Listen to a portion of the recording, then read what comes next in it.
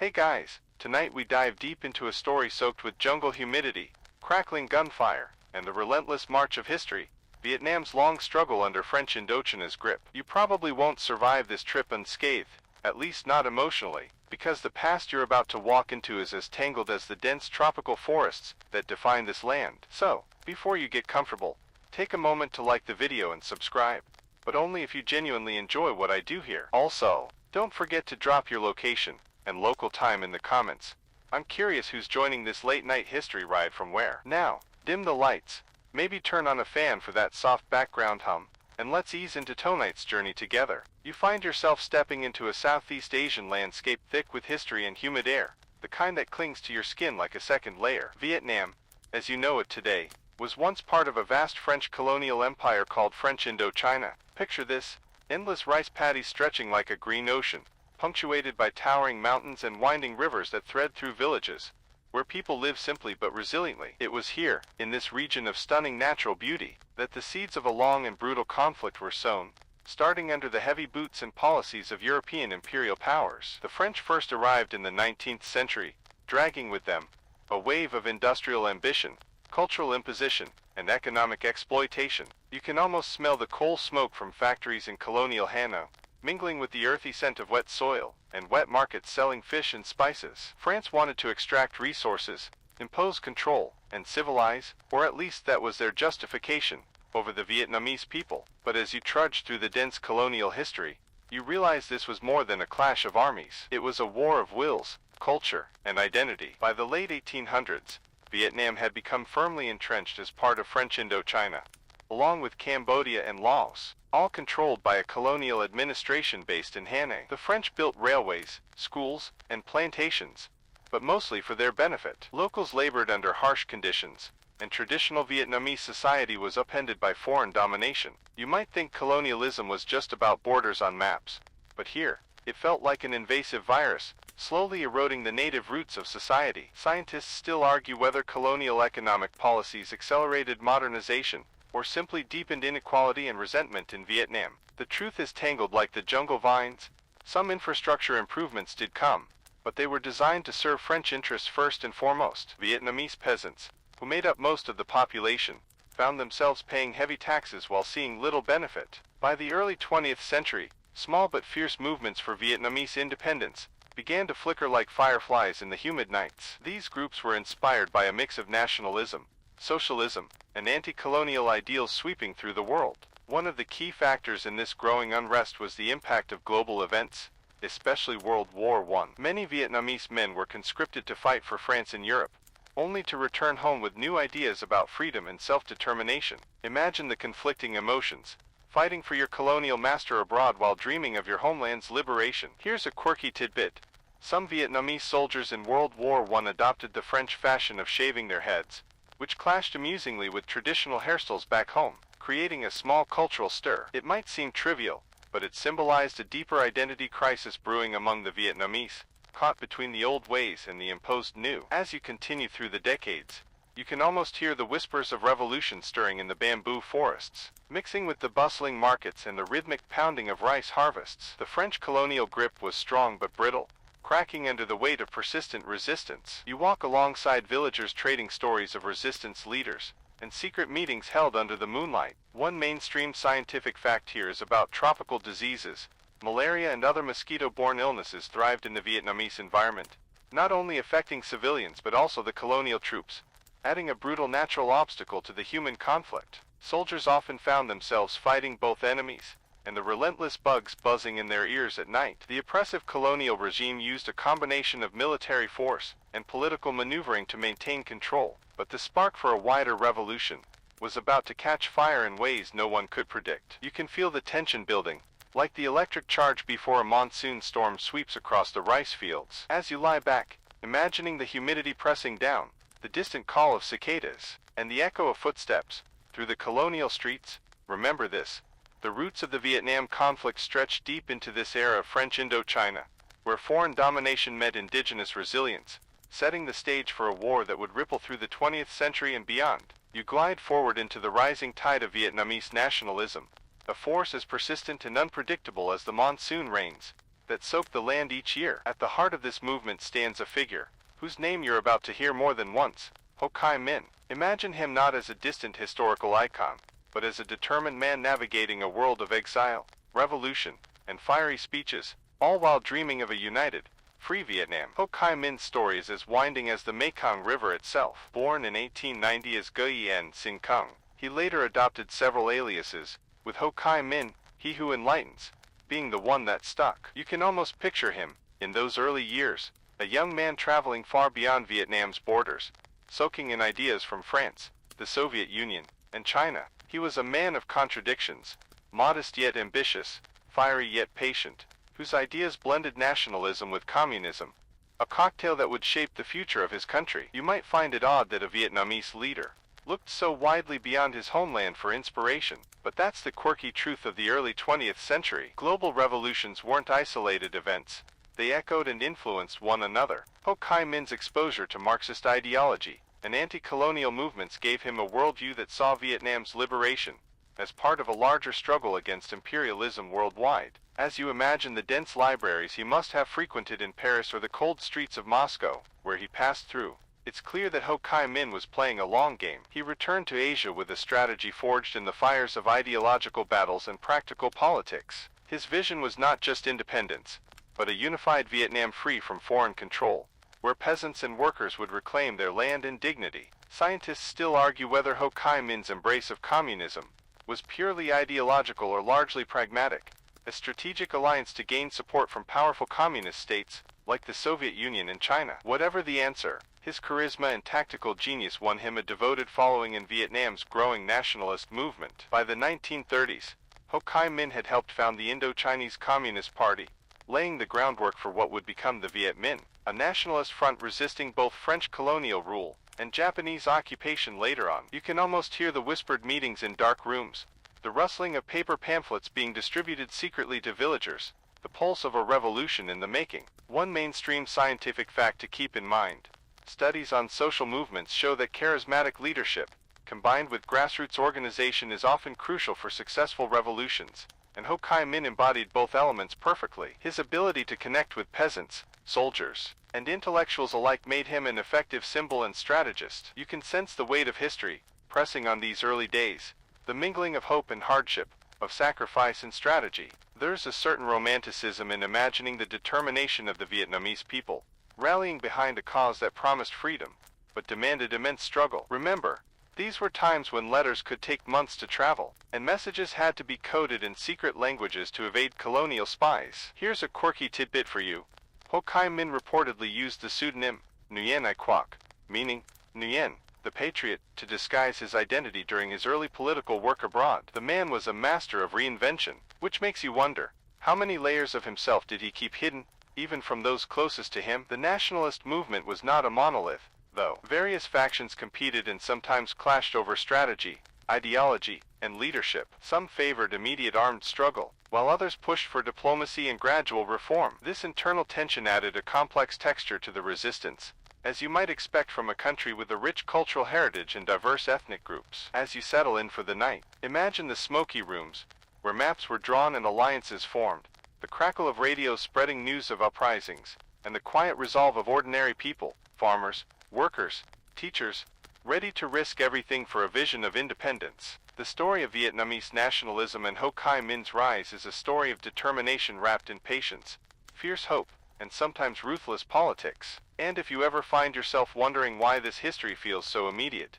it's because these ideas, this fight for identity and self-rule, are part of the human experience everywhere. Even now, as you listen, tucked in your bed, far from those distant jungles and revolutionary fires, you slip quietly into the turbulent era of World War II, a global storm that roared across every continent and cast long shadows over Vietnam. The humid air thickens as you picture the region under Japanese occupation, a time when the familiar rhythms of rural life were shattered by foreign boots marching and planes droning overhead. It's a moment where your senses catch the clash of ancient traditions and new, brutal realities. Japan's invasion of Southeast Asia in the early 1940s turned Vietnam into a battlefield of global strategy. The French colonial authorities were pushed aside, but not entirely removed. Instead, they operated under Japanese supervision, in a strange and uneasy partnership. Imagine the tension in Hanoi streets, French officers in their starched uniforms, wary yet resigned, Japanese soldiers asserting control, and Vietnamese people caught in the middle,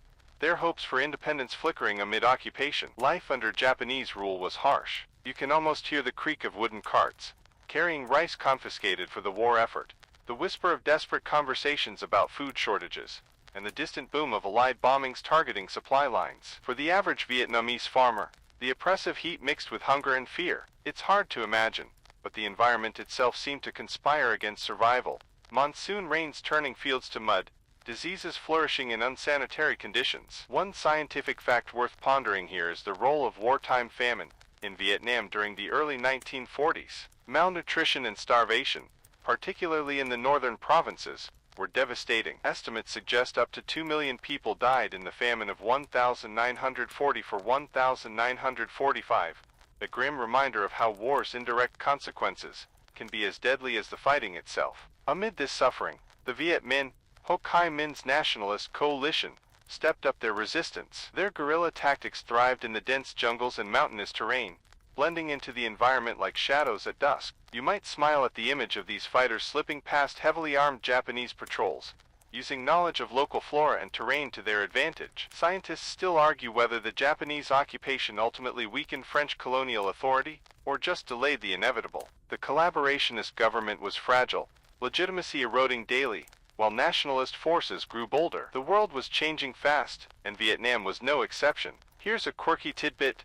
Japanese soldiers were sometimes bewildered by the Vietnamese practice of using glowing algae in rice paddies at night, a natural phenomenon that looked like tiny stars flickering under the water's surface. This bioluminescence reportedly caused confusion and superstition among occupying troops. As the war neared its end, a unique power vacuum emerged. The Japanese surrendered in August 1945, but they left behind a fractured landscape. The French wanted to reclaim their colony, the Viet Minh wanted independence, and the Allied powers debated the future. You can almost feel the charged atmosphere, like the moment just before a thunderclap. In the chaotic aftermath, Ho Chi Minh declared Vietnam's independence on September 2, 1945, quoting the American Declaration of Independence to appeal to global audiences. But the road to freedom was far from smooth. The French were determined to reassert control, and the world was slipping into a new conflict, the Cold War. You walk through a landscape where history's weight presses on every step. The war's scars were not just on the battlefields, but etched into the hearts of millions who endured hunger, violence, and upheaval. Remember that famine, the whispers of insurgents, and the crumbling colonial regime. It's the setting for a new chapter of resistance and war. As you lie back, the faint hum of a fan blending with the imagined rustle of leaves, you're not just witnessing history, you're feeling its pulse, chaotic, painful, and strangely hopeful. You move forward into the thunderous echoes of the First Indochina War, a brutal struggle where the jungle became both battlefield and refuge, and the French Empire fought desperately to hold on to its crumbling colonial prize. The air is thick with the smell of damp earth and gunpowder, and the dense forest seemed to swallow sounds whole, making every noise feel amplified, as if nature itself is listening. This war, stretching from 1946 to 1954, was more than just a clash of armies.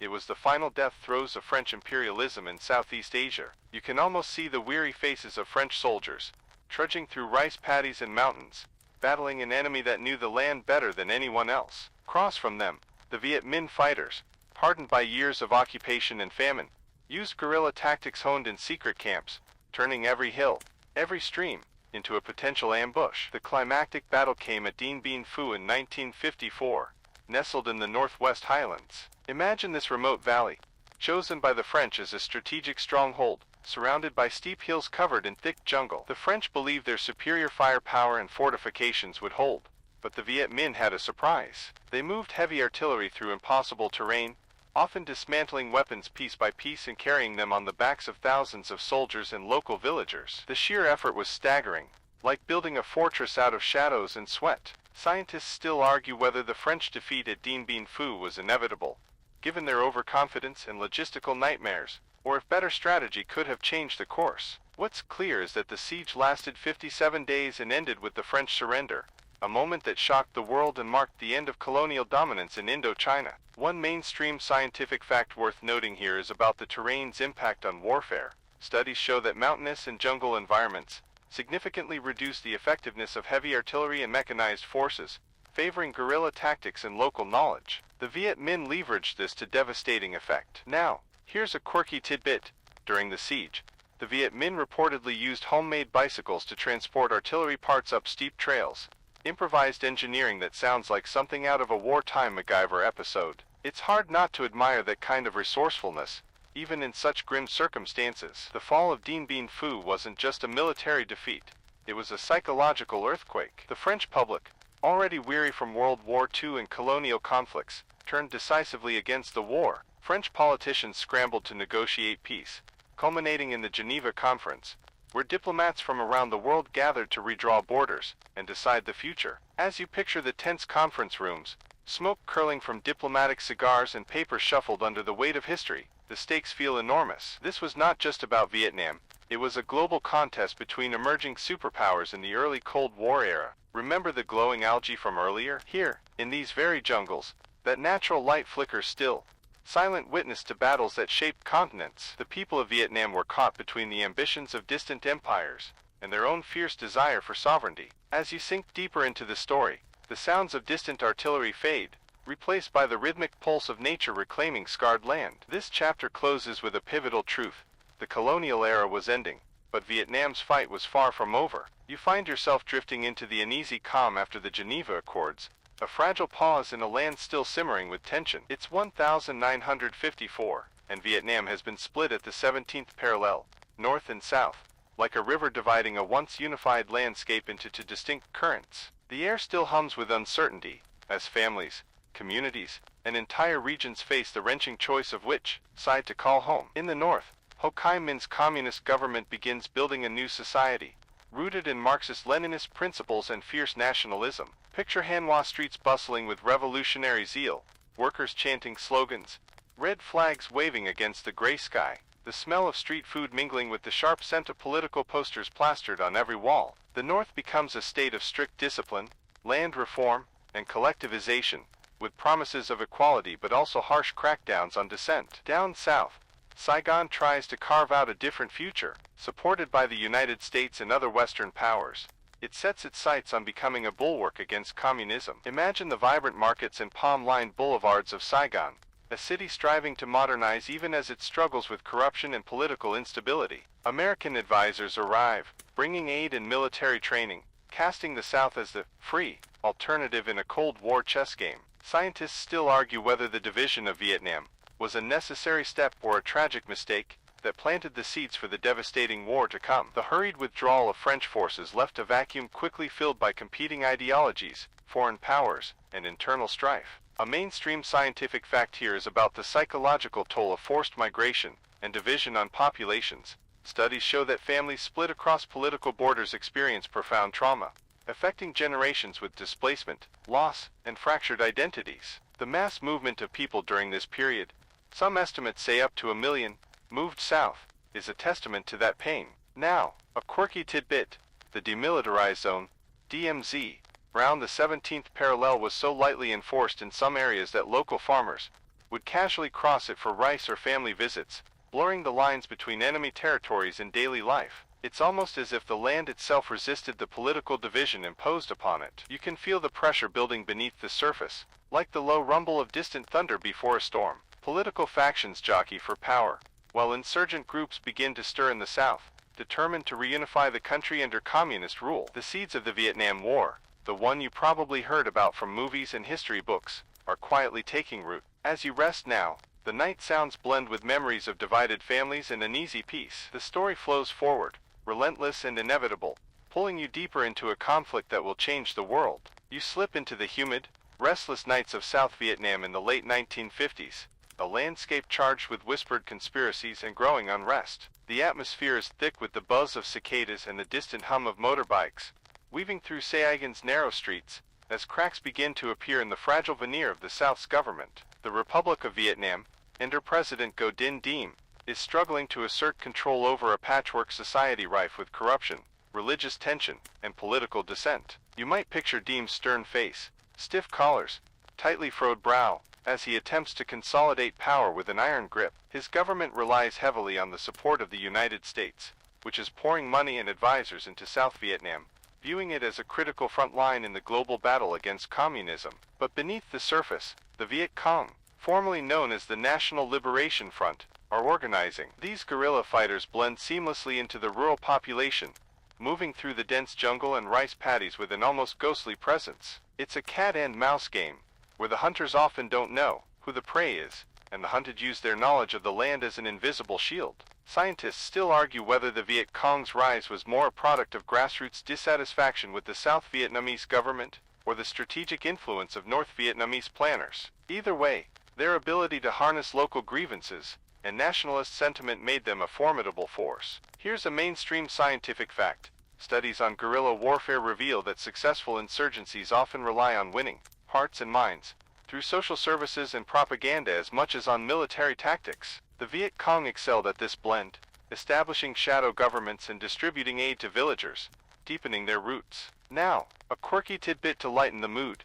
Some Viet Cong fighters reportedly used bamboo traps, simple, deadly devices that snapped shut like giant mousetraps to surprise and incapacitate enemy soldiers. It's a reminder that in war, sometimes the most low-tech tools can be the most effective. Meanwhile, the American presence grows. Advisors, technicians, and eventually combat troops flood into the country, their green uniforms contrasting sharply with the lush, chaotic environment. You can almost hear the hum of helicopters overhead, the clatter of typewriters in makeshift offices, and the nervous chatter of soldiers far from home. The situation is volatile, a powder keg waiting for a spark. Corruption and political repression in the South only deepen resentment, while the Viet Cong's elusive tactics frustrate conventional military strategies. The stage is set for escalation. As you lie back, eyes heavy and mind drifting, picture this tangled web of politics, ideology, and guerrilla warfare stretching out before you, like the endless Vietnamese jungle, dense,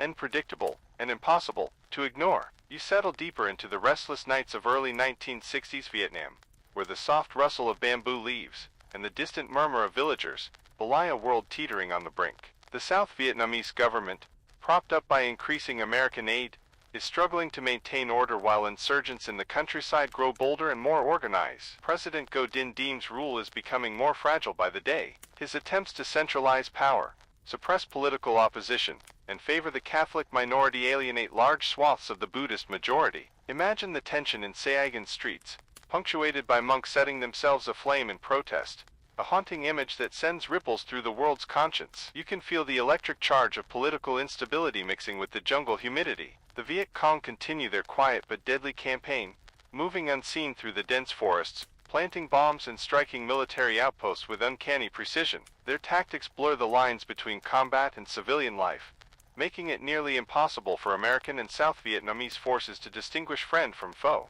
Scientists still argue whether the failure of Diem's government was due primarily to internal political mistakes, or the overwhelming external pressures from an escalating Cold War environment. What is clear is that the United States, increasingly invested in South Vietnam's survival, begins to consider more direct intervention, a mainstream scientific fact to ponder. Research on stress and leadership under crisis suggests that prolonged political pressure, combined with cultural misunderstandings, often leads to the collapse of regimes. Diem's downfall reflects this deadly mix, compounded by his refusal to engage meaningfully with dissenting voices. Here's a quirky tidbit. Rumors swirled that Diem's secret police used elaborate spy networks, including bugged teepits and disguised informants in village markets. It sounds almost like a Cold War spy novel, but paranoia was very real, feeding into a climate of fear. In 1963, the United States tacitly supported a coup by South Vietnamese generals, ending Diem's reign in a violent, chaotic overthrow. The aftermath plunged South Vietnam into political turmoil, with successive unstable governments struggling to maintain control. You can almost hear the nervous whispers in dimly lit rooms, the clink of whiskey glasses, and the frantic scrambling to hold together a nation unraveling at the seams. American advisors, once behind the scenes, now find themselves embroiled in a conflict spiraling out of control. The war's shadow lengthens, creeping into the everyday lives of millions. As you relax deeper, the soft drone of night insects accompanies your thoughts. This conflict, so distant yet so immediate, is about to escalate into something far larger, far more devastating. You drift into the humid, tense dawn of 1964, a year when Vietnam becomes the reluctant stage for the world's fiercest geopolitical struggle. The war you've been following from a distance now surges into new, explosive phases, drawing in foreign powers with terrifying speed. The Gulf of Tonkin incident looms, a seemingly minor naval confrontation in August that propels the United States into direct military involvement. You can almost feel the salt spray on your skin as you picture the USS Maddox patrolling those murky waters, suddenly under attack, or at least so the official story goes. The details remain murky, like a fog settling over the truth, with debates persisting over whether the second alleged attack ever even happened. Scientists still argue whether the Gulf of Tonkin resolution, passed swiftly by Congress, was based on genuine aggression or a calculated move to justify American escalation. The political machinery moved fast, fueled by Cold War fears and the domino theory, the idea that if one country fell to communism, others would follow like toppling dominoes. Now, a mainstream scientific fact, studies in political psychology reveal that during times of perceived threat, governments often engage in risk-averse behaviors that paradoxically increase the likelihood of conflict. In this case, fear of losing Southeast Asia led to deeper entanglement. Here's a quirky tidbit. Some sailors aboard the Maddox reportedly tried to shoot at what they thought were enemy boats, only to realize later they had been firing at shadows or misidentified radar signals. It's a reminder that even in war, confusion and mistakes can shape history. With the Tonkin resolution, U.S. President Lyndon B. Johnson gains broad authority to deploy combat forces, and the American footprint in Vietnam swells dramatically. Bases sprout up like mushrooms, and helicopters become iconic symbols, their rotors slicing through thick jungle canopies, ferrying soldiers into a war zone that feels both ancient and terrifyingly modern. You can almost hear the deafening thrum of his landing amid the cacophony of gunfire, the crunch of boots on soft earth, the murmur of prayers and fear whispered among troops far from home. The war's nature shifts. It becomes not just a civil conflict but a superpower showdown. The insurgency intensifies as the Viet Cong adapt and strike back with even greater ferocity. You can picture villagers caught in the crossfire, the smell of napalm burning in the air, a cruel irony when the jungle's natural scent had once been your companion. Scientists still debate whether the U.S. strategy of overwhelming firepower and attrition was doomed to fail against a decentralized guerrilla force. The dense jungle environment, hostile terrain, and elusive enemy nullify many technological advantages. As you sink deeper into the story, the night hums softly around you. You feel the weight of history pressing down. How a small incident on a restless sea could ignite a conflict that would consume a generation. You sink into the long, humid nights of 1965, as the war in Vietnam explodes into full-scale American involvement. Picture the jungle canopy stretched above you, thick and tangled, buzzing with insects and concealing dangers both natural and human. The steady hum of helicopters overhead is now a near-constant backdrop, their rotors beating like giant mechanical wings in the stillness. American combat troops arrive in increasing numbers, their faces a mix of resolve and uncertainty. You can almost taste the sweat on their brows, smell the gun oil and jungle rot clinging to their fatigues. The war has shifted dramatically from advisory missions to full combat operations, with tens of thousands of troops deployed across Vietnam's rugged terrain. The infamous search and destroy missions become the norm. Imagine soldiers hacking through dense undergrowth, machetes biting through vines and branches, eyes alert for any sign of movement. These operations aim to flush out Viet Cong fighters from their hidden sanctuaries, but the enemy often melts away like ghosts into the jungle shadows. Scientists still argue whether this tactic was strategically sound, or a costly mistake that alienated local populations. The delicate balance between military objectives and winning hearts and minds proved elusive. One mainstream scientific fact stands out here.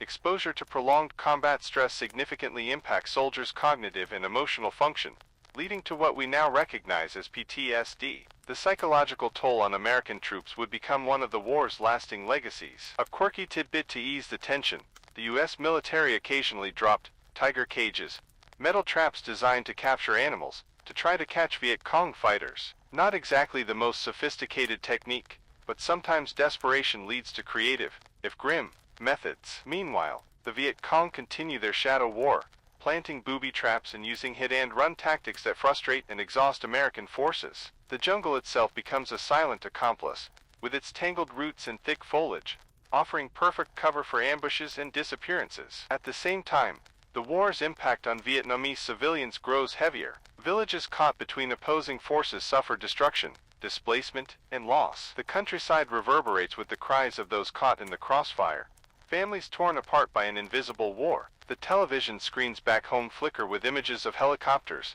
lifting off from rice paddies, of wounded soldiers being carried through dust and smoke. The American public's perception of the war begins to shift, but many still hold hope that victory is near. Scientists still debate whether the U.S. public's growing skepticism was inevitable, or could have been mitigated with different communication strategies from the government. As you close your eyes, the sounds of the jungle and the distant echoes of gunfire meld into a strange lullaby, an uneasy rhythm that carries the story forward into darker, more complicated chapters. You sink deeper into the dense, humid nights of 1967, as the Vietnam War unfolds into a conflict of unexpected scale and complexity. The jungle around you teems with life, chirping cicadas, rustling leaves, and distant animal calls. But beneath this natural symphony lies a growing storm of human suffering and strategic uncertainty. By now, the American military presence has swelled to hundreds of thousands, and the air is thick with the scent of gunpowder, sweat, and napalm. You can almost hear the buzz of fighter jets streaking overhead, the distant rumble of artillery shaking the earth, and the low murmur of soldiers exchanging stories and fears in makeshift camps. Despite the overwhelming firepower, the war grinds on with no clear end in sight. The Viet Cong and North Vietnamese forces are elusive, blending seamlessly into the landscape and civilian population. Their use of the vast network of tunnels, hidden paths, and booby traps turns the jungle into a deadly maze, where every step could mean danger. Scientists still argue whether the U.S. strategy of attrition, relying on body counts and firepower, was fundamentally flawed against an enemy that was not just fighting a military war, but a war of will and ideology. A mainstream scientific fact you might find surprising is that the dense jungle environment actually slowed down the decomposition of bodies and equipment, leading to longer-lasting environmental impacts and complicating battlefield sanitation. Now for a quirky tidbit.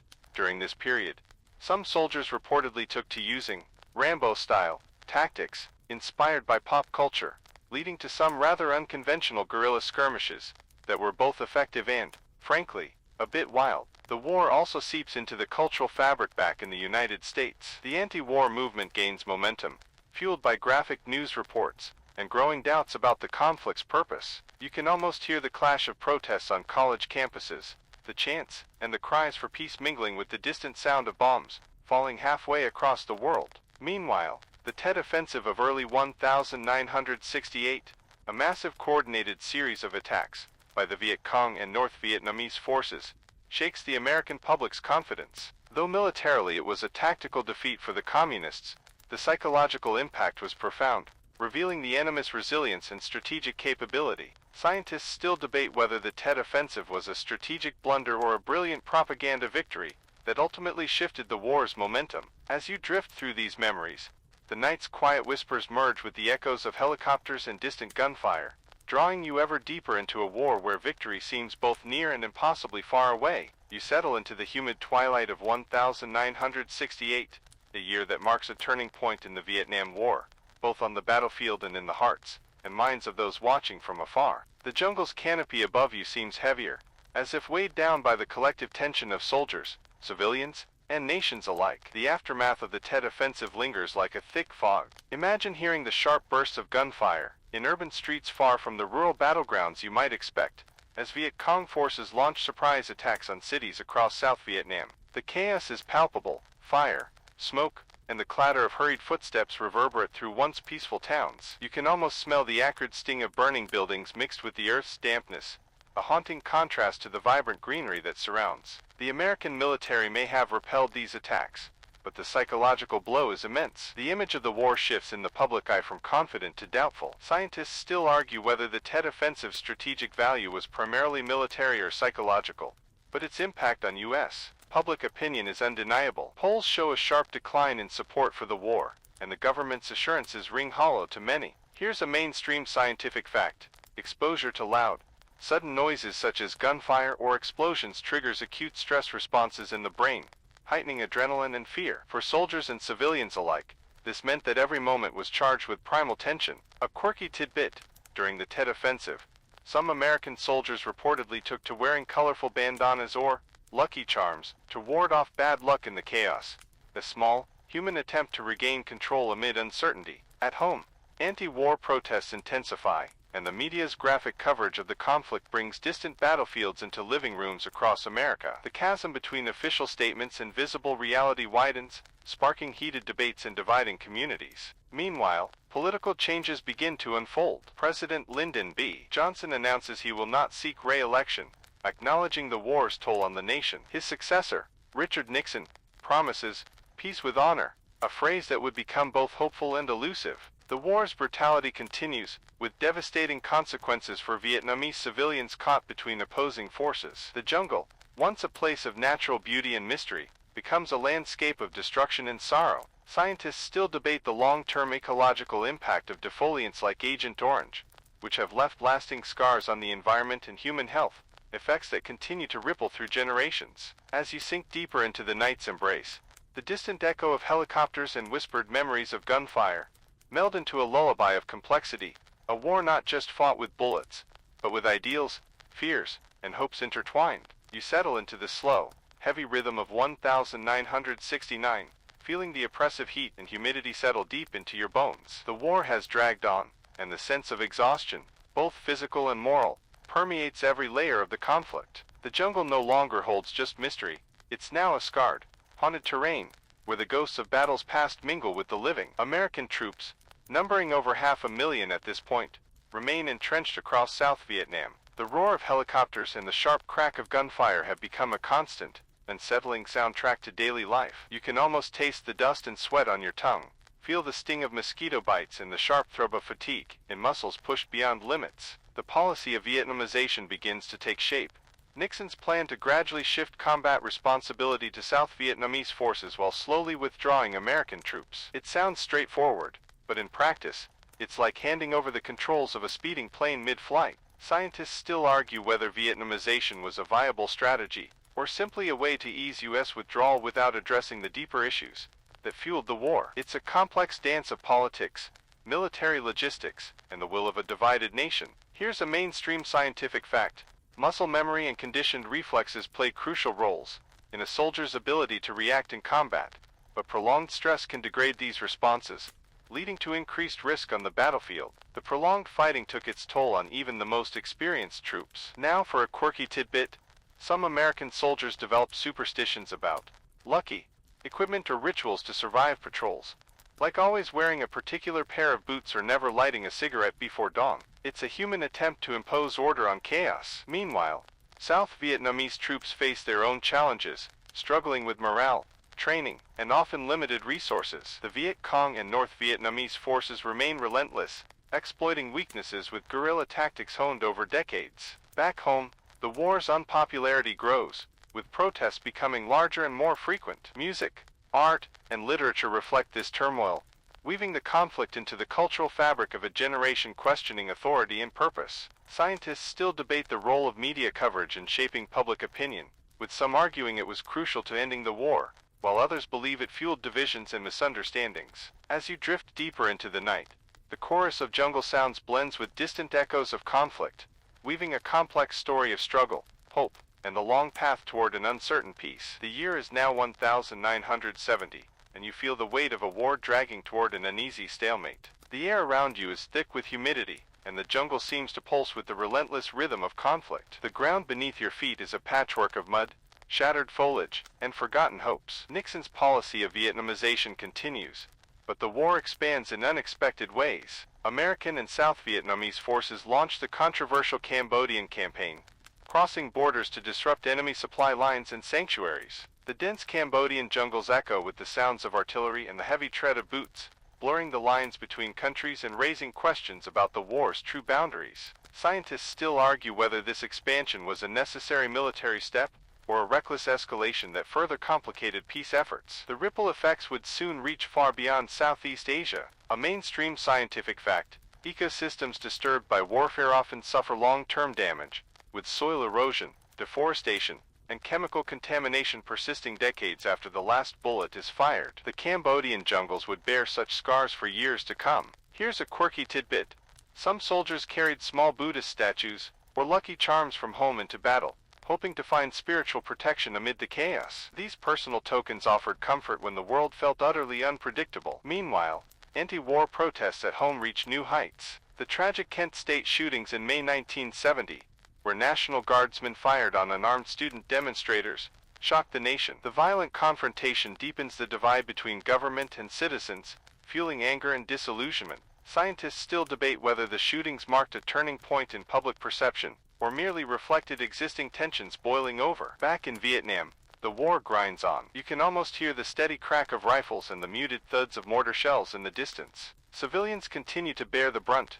Villages burned, families displaced, lives forever altered. The air itself seems heavy, a mixture of gunpowder, tropical heat, and the bittersweet scent of hope. The jungle, resilient yet wounded, hides countless stories of bravery, loss, and endurance. As you lie back and breathe slowly, the distant echoes of conflict begin to soften, replaced by the quiet hum of insects and the gentle rustle of leaves. The war marches onward, but so does the yearning for peace. You sink into the humid, heavy atmosphere of 1971, feeling the relentless pulse of a war still very much alive yet beginning to fray at its edges. The dense jungle around you seems almost to hold its breath, as if sensing the shifting tides of conflict and politics. American troop withdrawals are underway, but fighting remains fierce. The South Vietnamese army, now bearing more responsibility, struggles with morale, leadership, and the relentless guerrilla tactics of their adversaries. You can almost hear the weariness in their voices, the creak of aging equipment, the rustle of uniforms damp with sweat and rain. The landscape is scarred,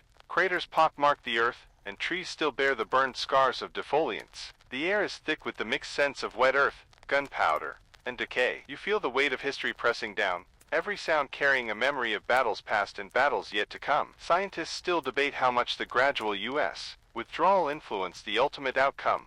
Was it a tactical necessity or a sign of strategic defeat? The complexity of the war's endgame keeps historians and strategists engaged in endless discussion. A mainstream scientific fact, prolonged exposure to defoliants like Agent Orange has been linked to serious health problems, including cancers and birth defect, not just in soldiers but in Vietnamese civilians as well, a legacy of suffering that stretches across generations. Here's a quirky tidbit. Some soldiers took to creating elaborate jungle art from discarded shell casings and scrap metal, a small act of creativity amid destruction. These pieces, sometimes traded or kept as keepsakes, were reminders of humanity persisting even in war. At home, public opinion continues to shift. The Pentagon Papers leak reveals government deception about the war's progress, shaking trust further and fueling calls for accountability and peace. Scientists still argue about the full impact of these revelations on the war's trajectory and the American psyche, but the damage to credibility is undeniable. As you relax into the dark, the jungle's natural symphony, crickets, frogs, rustling leaves, slowly replaces the sounds of gunfire and helicopters. The night softens, wrapping you in a quiet embrace, while the war's long shadow lingers just beyond the trees. You drift into the humid twilight of 1972, feeling the tension thick in the air like the heavy, damp jungle mist that clings to your skin. The Vietnam War is winding down, but the battles rage on with fierce intensity, as if the conflict itself refuses to fade quietly into history. The sounds around you are a symphony of distant artillery, choppers slicing through the canopy, and the ever-present hum of insects that fill the night with their restless song. The North Vietnamese launched the Easter Offensive, a massive, coordinated assault that tests the resolve of South Vietnamese and American forces alike. You can almost hear the thunder of tanks rolling through the jungle, the crackle of rifles, and the shouted commands carried on the humid breeze. The battlefields are marked by destruction and determination, a chaotic clash of wills and weapons. Scientists still argue whether the Easter Offensive marked a final attempt by the North to force a decisive victory, or a strategic move to strengthen their position ahead of peace talks. The complexity of the conflict's closing chapter continues to inspire debate. A mainstream scientific fact, the sound of artillery and explosions produces shock waves that not only devastate the physical environment, but also cause lasting neurological effects for soldiers exposed to repeated blasts, a hidden injury of war. A quirky tidbit, in the midst of battle, some soldiers reportedly communicated using whistles, bird calls, or even improvised instruments to coordinate movements. Nature sounds repurposed as secret messages amid the chaos. Peace negotiations advance in parallel, culminating in the Paris Peace Accords of 1973. The agreement signals the official end of U.S. combat involvement, though fighting in Vietnam continues until 1975. You can almost feel the tentative hope mixed with lingering uncertainty, as leaders on all sides grapple with the cost of years of conflict. Scientists still debate the accord's effectiveness and the reasons behind the final collapse of South Vietnam 2 years later, emphasizing the war's enduring complexity. As you ease into the final hours of this journey, the jungle's natural chorus rises gently, soft croaks, whispering leaves, and the distant call of night birds, reminding you that life persists, even after the deepest storms. The war leaves scars on landscapes and souls alike, but in this quiet moment, you find a fragile peace in the night's embrace. The night deepens softly around you, the weight of history settling into a gentle stillness. You breathe in slowly, feeling the cool air of the evening soothe your senses after the long journey through years of conflict. The sounds of the jungle, the distant croak of frogs, the rustle of leaves stirred by a light breeze, wrap around you like a soft blanket. Remember the stories you heard, the voices carried on the humid air, the images of soldiers, villagers, and landscapes forever changed. The war's harshness fades into the background, replaced by the quiet resilience of life itself. You sense how nature, like hope, endures even after the darkest storms. Your heartbeat slows, matching the rhythm of the night, and the heavy tension lifts, leaving space for calm and reflection. The scars of battle remind you of the fragility of peace, but also of the strength found in endurance, in survival. As you let your eyes close gently, picture the jungle's green canopy slowly healing, sunlight filtering through leaves, and the soft whisper of wind, carrying away the echoes of war. Now, with your body relaxed and your mind calm, drift deeper into sleep's embrace, carrying with you the lessons of a distant past, the promise of a new dawn, and the quiet comfort of knowing that every night brings a chance to start anew. End of script. Sweet dreams.